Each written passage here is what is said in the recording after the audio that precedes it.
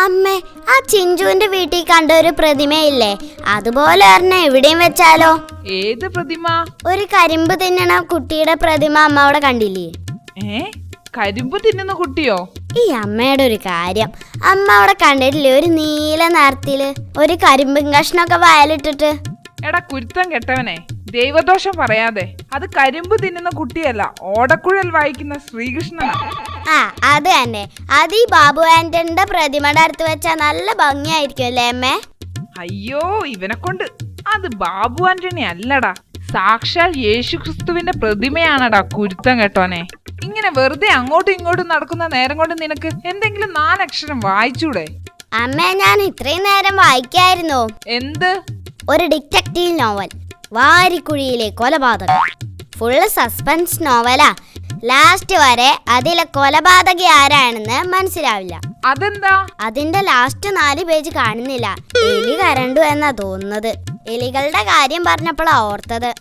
അമ്മേ, ഞാൻ കഴിഞ്ഞ 1 മാസമായിട്ട് എല്ലാ രാത്രിയിലും എലികളുടെ ഫുട്ബോൾ കളി സ്വപ്നം കാണുന്നുണ്ട്. എലികളുടെ ഫുട്ബോൾ കളിയോ? അതെ അമ്മേ, ഇനി വല്ല അസുഖമായിരിക്കോ? ഏതായാലും പോയി ഒന്ന് ഡോക്ടറെ കണ്ടിട്ട് വന്നോ. കൂട്ടത്തിൽ നിന്റെ കുരുത്തക്കേട് മാറാനുള്ള മരുന്ന് കൂടി ചോദിച്ചോ. Good morning doctor. Yes, good morning. എന്താ അസുഖം, പറയൂ. ഡോക്ടർ, ഞാൻ എല്ലാ ദിവസവും രാത്രിയിൽ എലികളുടെ ഫുട്ബോൾ കളി സ്വപ്നം കാണുന്നു. ഇതെന്തിന്റെ ലക്ഷണാ ഡോക്ടർ? പേടിക്കാനൊന്നുമില്ല. ഈ ഗുളിക ഇപ്പൊ തന്നെ കഴിച്ചോളൂ. ഇന്നത്തോടെ ഫുട്ബോൾ കളി കാണൽ മുഴുവനായി നിന്നോളൂ. എന്നാ എനിക്ക് ഇതിന്റെ പാതി മതി. കളിയുടെ ഹൈലൈറ്റ്സ് എങ്കിലും കാണാലോ. ബാക്കി പകുതി ഞാൻ നാളെ കഴിഞ്ഞ് തിന്നോളാം. അതെന്താ നാളെ കഴിഞ്ഞ് കഴിക്കുന്നത്? ഇന്ന് കഴിച്ചാൽ എന്താ? നാളെ കളിയുടെ ഫൈനല്. ഏതായാലും ഇത്രയും കണ്ടതല്ലേ. ആ പിന്നെ ഡോക്ടർ, എല്ലാരും പറയുന്നു എനിക്ക് ഭയങ്കര കുരുത്തക്കേടാണെന്ന്. അത് മാറ്റാനുള്ള വല്ല ഒറ്റമൂലിയുണ്ടോ ഡോക്ടർ? മോൻ അങ്ങനെ കുരുത്തക്കേടൊന്നുമില്ലല്ലോ.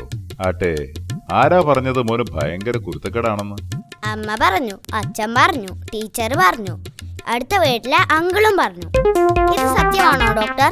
ഒരു നാട് മുഴുവൻ ഒരേ സ്വരത്തിൽ പറയുമ്പോ ചിലപ്പോ സത്യമായിരിക്കും. ആട്ടെ, മോൻ എന്ത് വികൃതിയാ കാണിച്ചത്? അതോ, ഞാൻ പറയാം. അലമാറയിലെ അമ്മയുടെ സാരി എടുത്ത് അടുപ്പിലിടുക, അച്ഛന്റെ സ്കൂട്ടറിന്റെ ടയർ പഞ്ചറാക്കുക, ടീച്ചറെ തള്ളിയിടുക, പിന്നെ ഡോക്ടറുടെ റൂമിൽ പോയ മേശപ്പുറത്തെ സാധനങ്ങളൊക്കെ ഇങ്ങനെ ഓരോന്നായി താഴേക്ക് എറിയുക. ഇത്രയും ഞാൻ ചെയ്യാറുള്ളൂ. ഇതിനാണ് എല്ലാവരും എനിക്ക് ഭയങ്കര കുരുത്തക്കേടാന്ന് പറയുന്നത്.